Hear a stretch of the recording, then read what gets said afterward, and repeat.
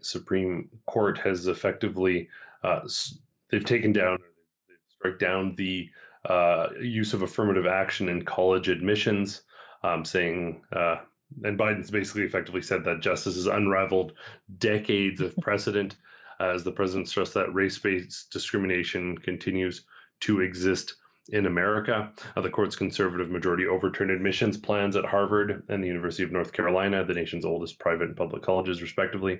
Chief Justice John Roberts said that for too long, universities have concluded wrongly that the touchstone of an individual's identity is not challenges bested, skills built, or lessons learned, but the color of their skin. Our constitutional history does not tolerate that choice. I find this so interesting because progressives are decrying this as an instance of racism. What Hmm. this is an affirmation that you aren't limited by the color of your skin, Yeah, and that you should be judged as an individual, and that your sort of the accolades you attain, the education you attain, all things should be equally available regardless exactly. of the color of your skin.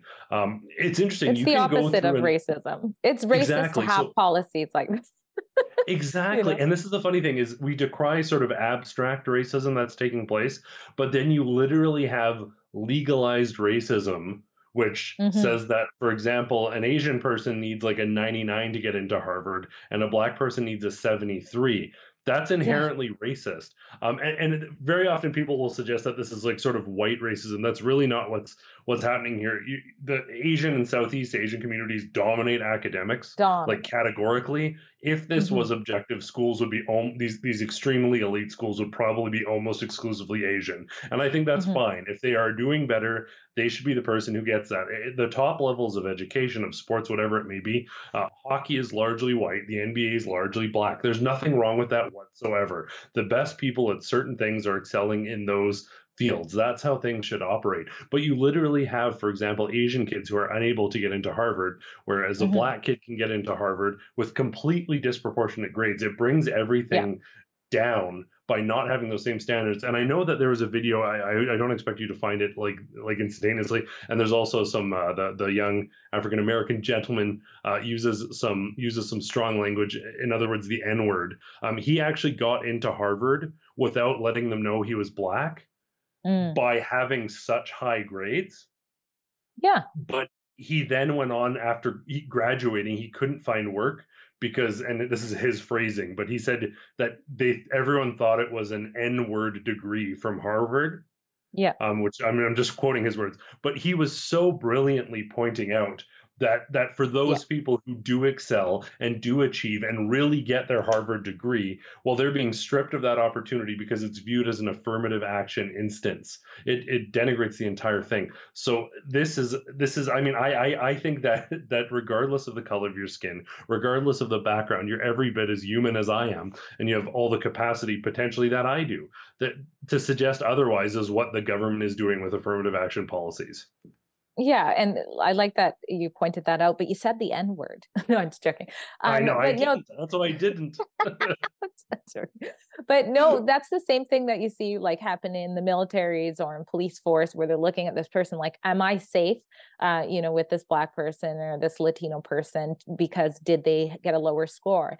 Even Michelle Obama, who's come out and made a statement about this change to affirmative action, she admits she didn't get in because of affirmative action. She got in because of her, her grades, but she admits that people looked at her and she felt as though people looked at her as though, yeah, there's her statement there, as though they thought she hadn't achieved what they had to be there. So it causes that tension as well. Mhm. And like I said before, it's just simply racist. Now, I do think there was a time and place for certain policies like this. I don't know if I don't like the whole you can get a lower grade. I don't think that's it. It should just be helping to support, maybe Black communities where there isn't as many resources and schools, things like that. Make policies where it helps the education system overall if Yeah. there's a need, so that they're able to have the tools. Because, maybe if you're in a wealthier area, you're able to have tutors at home and things like that. So there are disadvantages like that. I'm okay with policies that if kids are given the tools to be able to work hard, they can do it and then get into university based on their own merit. But I want to bring up, speaking of merit, why are so many liberals racist without realizing they're racist. Oh yeah. And I'm Yeah. gonna go to, of course, I just clicked off, but this is a former staffer from a former Biden staffer. I'm just pulling it out. I think I shared the tweet here. Her name is Erica Marsh. And oh my goodness, when you guys read She this. So pretty she much wrote, says the N-word. yeah, she totally does. So she says, today's Supreme Court decision is a direct attack on Black people. No Black person will be able to succeed in a merit-based system, which is exactly why affirmative action-based programs were needed. Today's decision is a travesty. Like, how flipping racist is What? that? And Yeah. it's not shocking. People thought What? it was a parody account, and it's Oh, not. when you first shared that, I literally thought it was like a white supremacist. Like I had no idea it was a former Biden staffer. So it was Yeah, like I thought they were like intentionally making a super racist point. It's insane. right. Like how do you say this? Like this is the equivalent of that what's her name? Sharon Os or not Sharon Osbourne, Kelly Osbourne saying like if we like deport the Hispanics, who will clean our toilets? Like it's absolutely just like it's the self-consuming snake. Oh my That's the most gosh. racist thing. And like to your point, I do want to touch on that though. Like the fact is, with the legacy of slavery in the United States, like Black Americans built the country, made it a superpower, and got nothing for it.